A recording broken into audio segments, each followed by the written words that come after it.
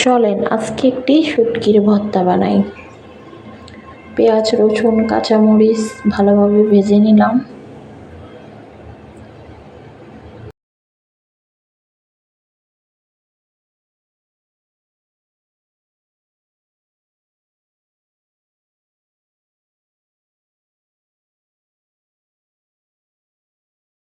এরপর 3টি শীতল শুটকি ভেজে নিলাম।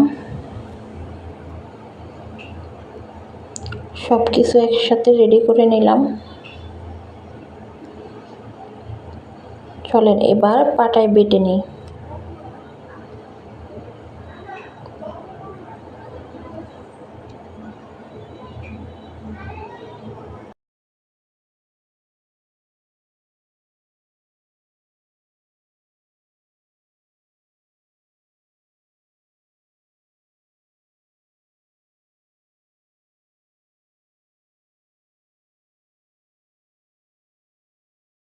পাটায় বাটা ভর্তার স্বাদই আলাদা।